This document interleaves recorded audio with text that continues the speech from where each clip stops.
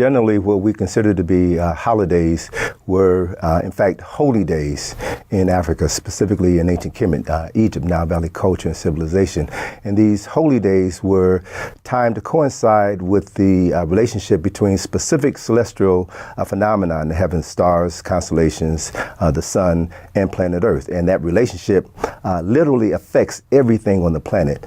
And because there was a specific impact on the way that the Earth's relationship to the sun, as it revolves around the sun, affects everything on the earth. There's specific times for certain holy celebrations were organized. So this season, this winter season, is a time where we're approaching the winter solstice, which is the shortest day of the year. And we have celebrations now, Hanukkah, Festival of Lights. We have Christmas with Christmas lights. These lights refer to the fact that on the winter solstice, which is the shortest day of the year, a day in which in the northern hemisphere we have 19 hours of night. And then the winter solstice spans from 4 days, December the 21st through the 24th. And then after that 4-day period of time, then the sun is born on December the 25th. That is, the length of the day begins to increase by approximately 1 minute per day. And that time frame was viewed in ancient Africa as the birth of the sun, the sun. In other cultures or traditions, that tradition came down to us as the birth of a savior who was viewed as the Son of God. But many of the traditions that we now find in Christianity, for example, the birth of Jesus on December the 25th, the birth of Jesus in a stable, all refer to specific phenomena that were happening in the heavens and were acknowledged by Africans in Kemet in the Nile Valley over 6,000 years ago.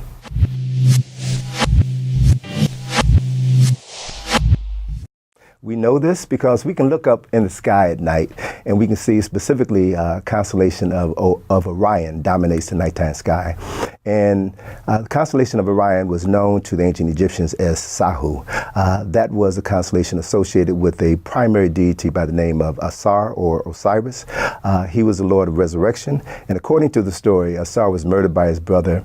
And after his death, his spirit came and impregnated his virgin wife Set, who then 9 months later gave birth to their son Heru on December the 25th. Now this story sounds familiar because it's an African story that's over 6,000 years old.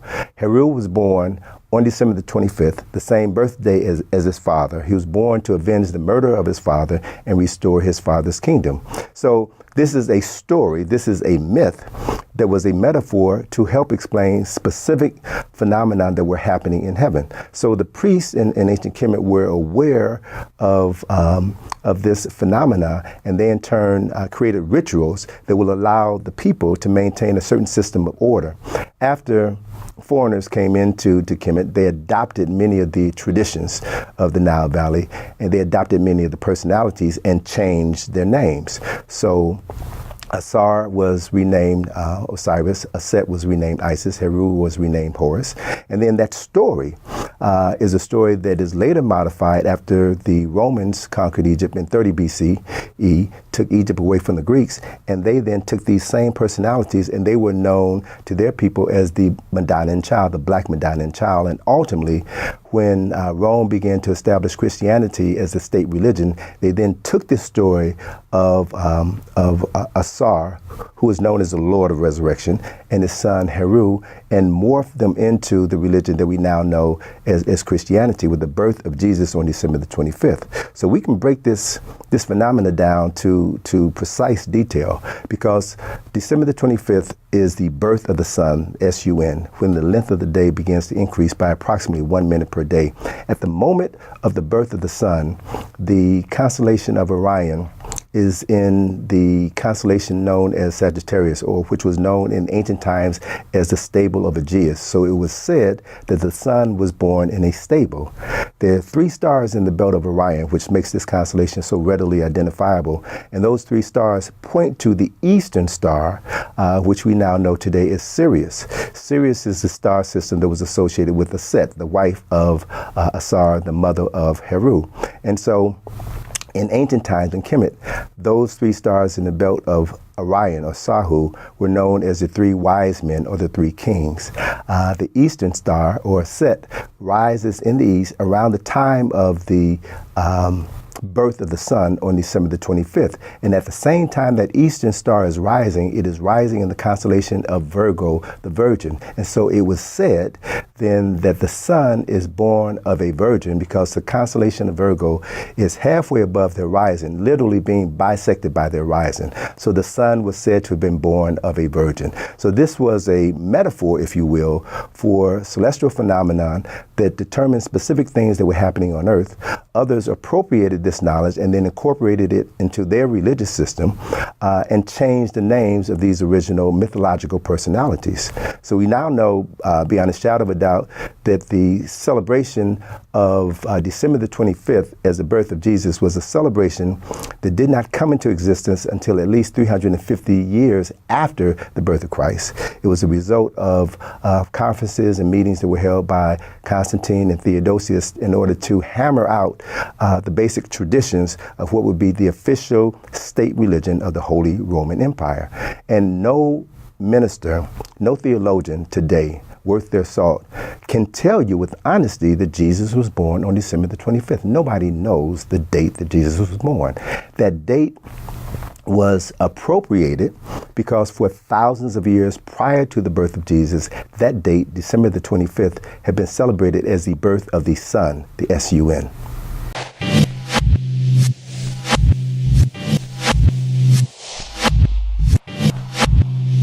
Well, let's be clear. Egypt is in Africa.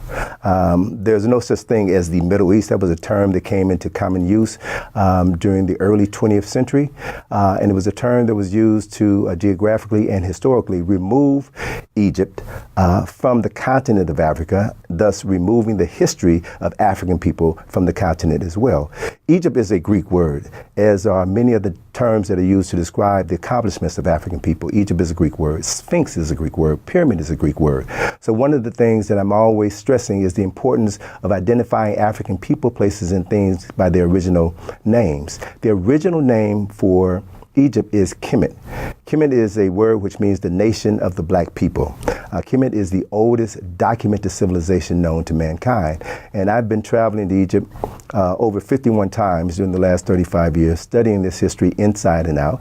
And I can say beyond a shadow of a doubt that that culture, that ancient culture, the oldest documented civilization known to mankind, was established by indigenous African people, and all of the major accomplishments which we now associate with Egypt were developed by indigenous Africans. And it wasn't until after Kemet was conquered by the Greeks, Alexander of Macedonia in 332 BC, that Kemet became Egypt. So most of the stories or images that we see of the ancient Egyptians are false images. And it has to do with the continued distortion of African history, culture, and the people associated with African history and culture.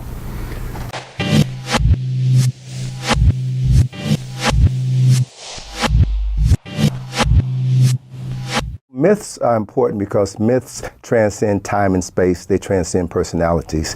And they're ways of incorporating the essence of a people into a phenomena. Myths are not true, but they contain truth. Every culture has their foundational myths, which serves as the foundation for that culture. And what we have found as African people living here in the West is that our memory has been erased and the erasure has been forgotten, and others have been telling our story and have, as Dr. John Henry Clarke said, written us out of the respectable commentary of human history. And so we look, for example, at ancient Kemetic or ancient Egyptian symbols that have been taken all over the world, but most people don't know that they're African, and they don't know what they mean. For example, the Washington Monument is a structure 555 feet tall, the tallest structure in Washington, D.C., and it's a structure that actually represents the resurrection of an ancient African king by the name of Asar. That symbol is the oldest symbol of resurrection known to mankind. It represents the resurrection of an African man. So why don't people know that information? It certainly is available to anyone who's willing to do the research. We have to ask a question, what else don't we know?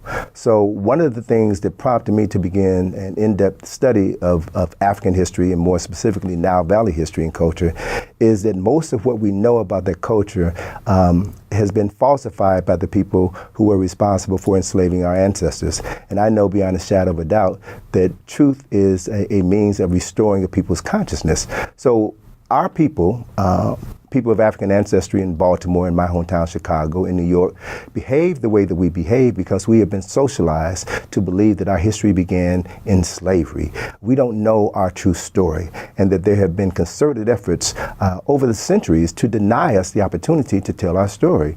My daughter wrote her first book when she was 8 years old, My First Trip to Africa, and a young man in Maryland had written a book report on my daughter's book, and the book detailed her trip to Egypt, the trip that she made when she was 7 years old. This young man was reprimanded by his teacher because his book report was entitled My First Trip to Africa, and the book report was about Egypt, and everyone knows that Egypt is not in Africa. Now that happened 20 years ago. So this disconnect of African history, people, and culture from the continent is still occurring, and that's why it's so critically important that we document our story and that we share it with anyone who has a mind and heart to listen and learn.